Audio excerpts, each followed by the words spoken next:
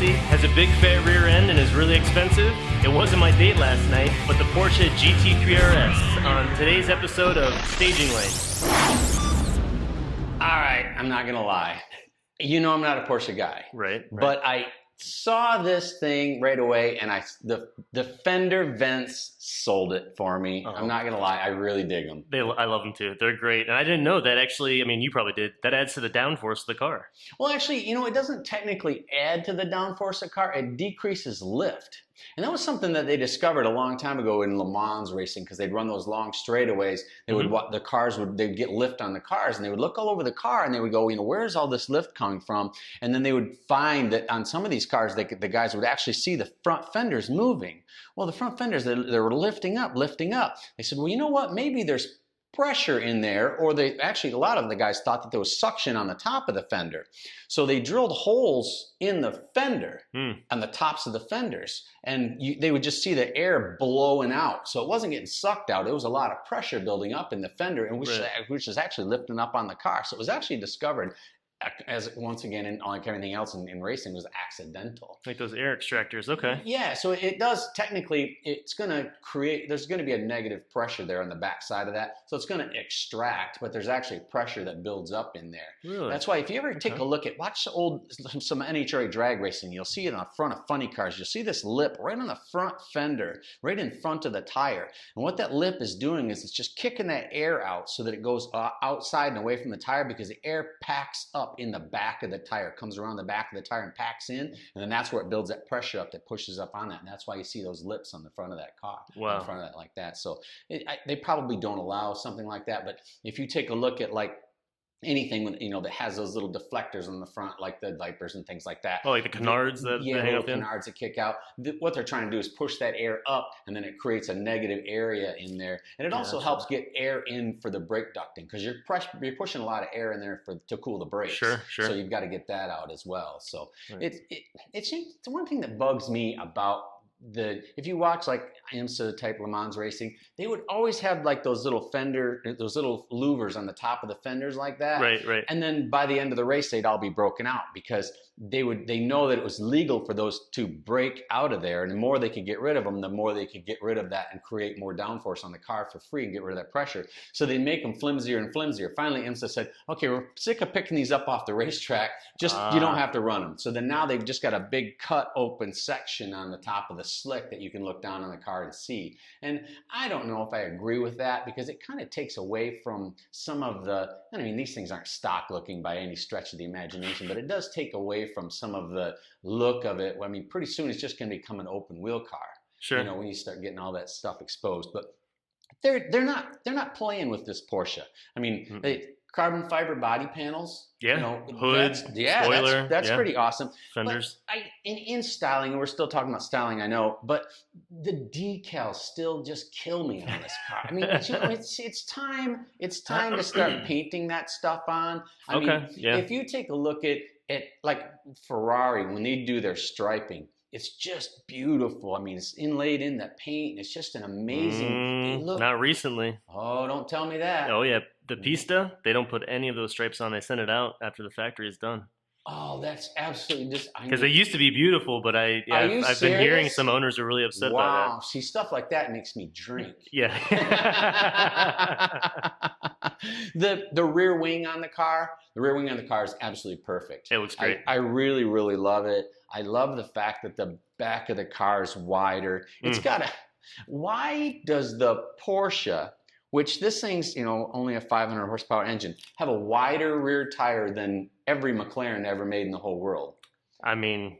What? Come on, a 325 tire, and then all the McLarens got 200, 300 horsepower on it, and they got a 315 tire on it. Yeah. I'm not a fan. I like the center lock wheels. Yeah. But let's be honest. You know that you're not racing into the garage and quickly changing your wheels and putting them back on. Right. They're just for looks. Yeah, but totally. they do look cool. As a matter of fact, they look cool enough that, and we've talked about this earlier, I need a drink. Cue the whiskey, girl.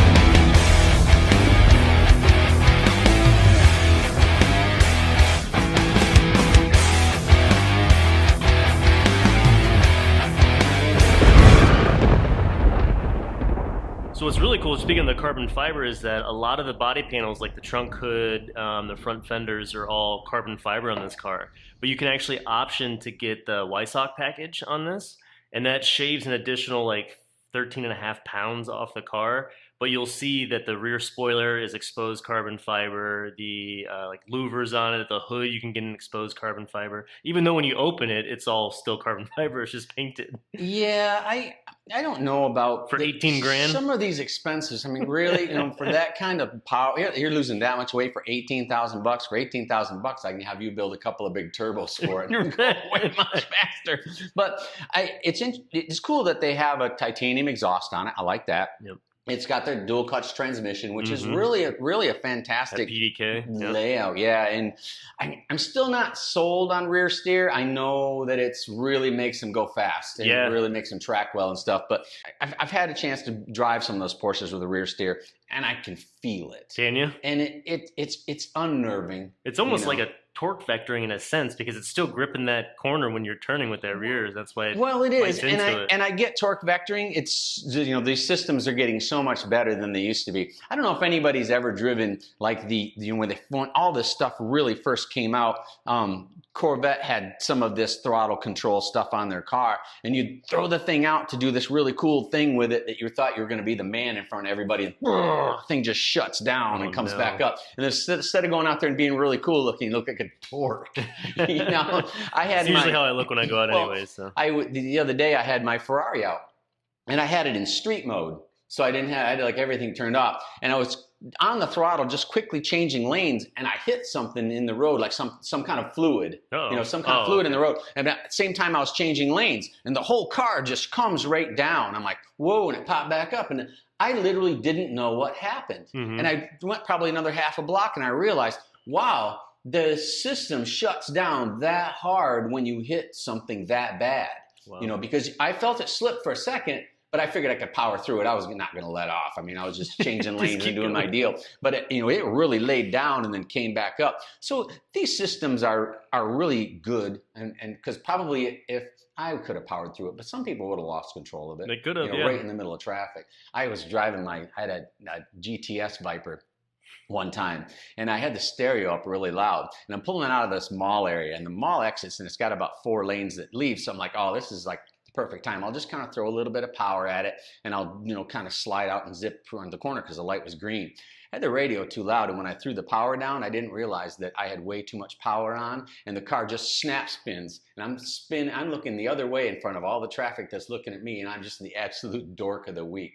So those systems do save you, and next time you're going to try to do something really aggressive, turn the radio down so you can hear the engine, or you're going to end up like me. So this car, is I guess you could say the predecessor of the GT3. And so the GT3 is supposed to be your ultimate track car. So this would be the ultimate track car?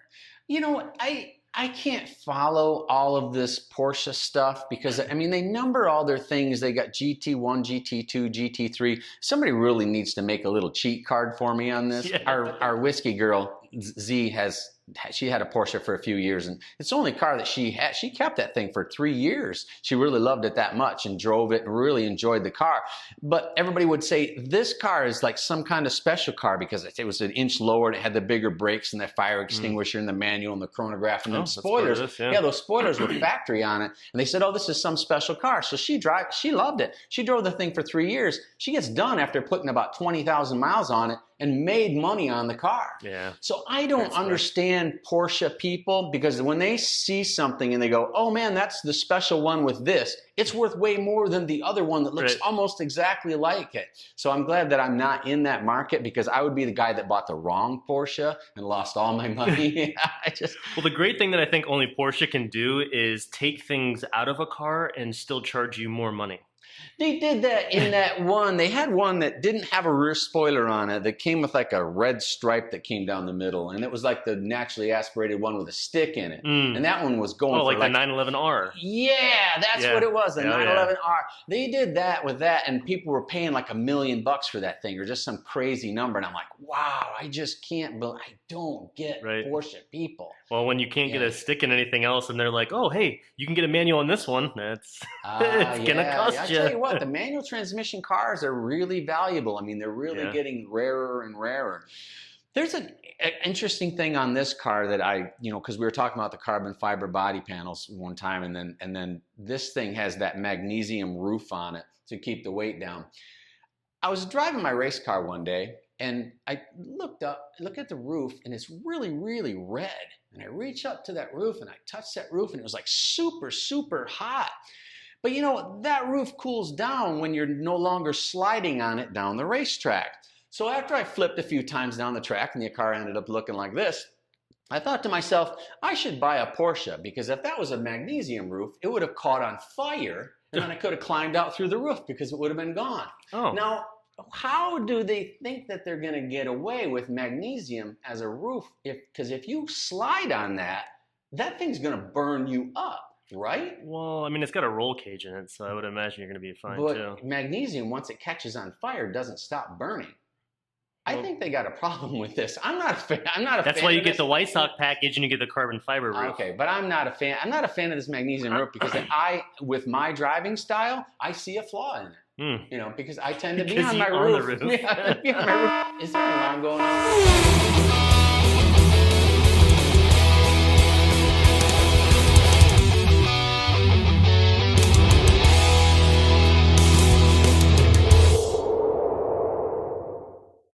I was talking earlier about how I didn't really understand the value of Porsches, how people do that. But, every time that I see this Porsche, this 962, I get excited because I do understand heritage and racing credibility and how all that really affects the value of a car. And the way that one sounds too. Yeah, that does sound incredible. But but it is true in that you look at like this 962 and you go, man, that's a really stunning, beautiful car, and we love the sound of it. And you get a feel in your own Porsche about that 962. Yeah, it's something to be proud of it, and sure. I get it. And I get racing heritage because Porsche has some serious credibility in racing. I mean, they're everywhere all the time. So I mean, that adds value to the car. So you do want to be part of that whole thing. It's the same thing with like Ferraris. I mean, I know they're not doing real well in Formula One for a long time, but at the same time, they've got cars in other series and they go really fast. So the same thing applies to Porsche. And you'll notice that McLaren's getting into racing, and they're getting a lot more cars, and Lamborghini's finally getting into it too. So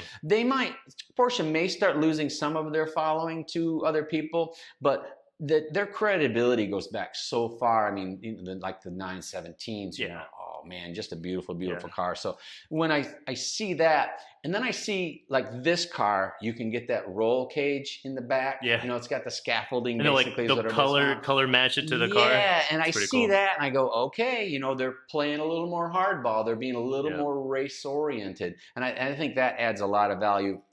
The downside to this cage is I don't know how, because I've seen a test of this car with the cage, and then the guy drove the car without the cage, and he said that the car without the cage in it seemed to be a little more compliant. Now, if you know anything about the old Cobras, 60s era Cobras, the AC Cobras? The AC Cobras, their biggest thing was that the chassis on that car was pretty twisty. And as a result of it being twisty, it was a really compliant car, because you'd go around, because those tracks back in the old days were really rough and bumpy. And the fact that it wasn't very stiff allowed it to be more compliant and go faster around the racetrack and rotate onto the power onto the tire. So maybe adding this roll cage scaffolding isn't such a good idea. Tightens it up too much. It might tighten it up. So maybe if you do add the roll cage, maybe go with a softer spring. Or unbolt it. Yeah. No, I'm kidding. Don't do that. No, I think it's really cool. What I do think is interesting is that, for this car, just talking about performance for a minute, 500 horsepower going to 520, the latest versions of this, 4-liter flat six naturally aspirated. And what I've been seeing is that everybody knows that the bigger horsepower numbered car is the GT3RS, and that's because it has twin turbos in it. But a lot of people, or a lot of owners of the GT2, are actually trading it in for the GT3 because it's more of a driver-focused car, and you get more of that emotion out of it rather than just being a widowmaker, which is actually what they used to call the GT2. Well, you have to realize that when you do build engines, power plants, they've got to be a drivable power level. And if you've driven the old Porsches, I mean, you'd hit the gas with those, they'd move 3 car lengths, and then all of a sudden you get this giant burst of power. You know, Like a and rocket behind you. people got used to that, and they were, you know, they would always keep the turbos up and keep it spooling up, and they would drive that. But when you drive naturally aspirated horsepower, especially something that has a really good power curve on it, then you get kind of spoiled. So I think probably what happened was the guy says, oh, I love my GT2, but when I drive the naturally aspirated one, I like the sound better, and I like the power curve, the feel of it. Because that's what I love about my 458. I can take my 458 naturally aspirated, and I know every time I hit the throttle about how it's going to feel. Sure. Because it's right there every time. And I consistent. can throw the thing around and do all kinds of cool stuff. Whereas with a turbo engine, where's the boost? Yeah. You know, so Where's that? there's a little bit of hint in that which way that's going to go. I mean, 9,000 RPM redline, you really don't even see that except for unless you're on a motorcycle or something. I love the 9,000 RPM red line, don't get me wrong, but I wouldn't do that once it got off warranty, because I can't imagine the amazing cost of replacing that engine when it drops a valve, because that is insane RPM. Especially when the fact that you open up the engine compartment and there's literally no engine you can see anymore. It's all plastic and like 2 little fans you can see. Yeah, that's going to be an absolute ball to work on. Yeah. All right, it's time. Let's give it a toast to roast. I hear a squealing noise.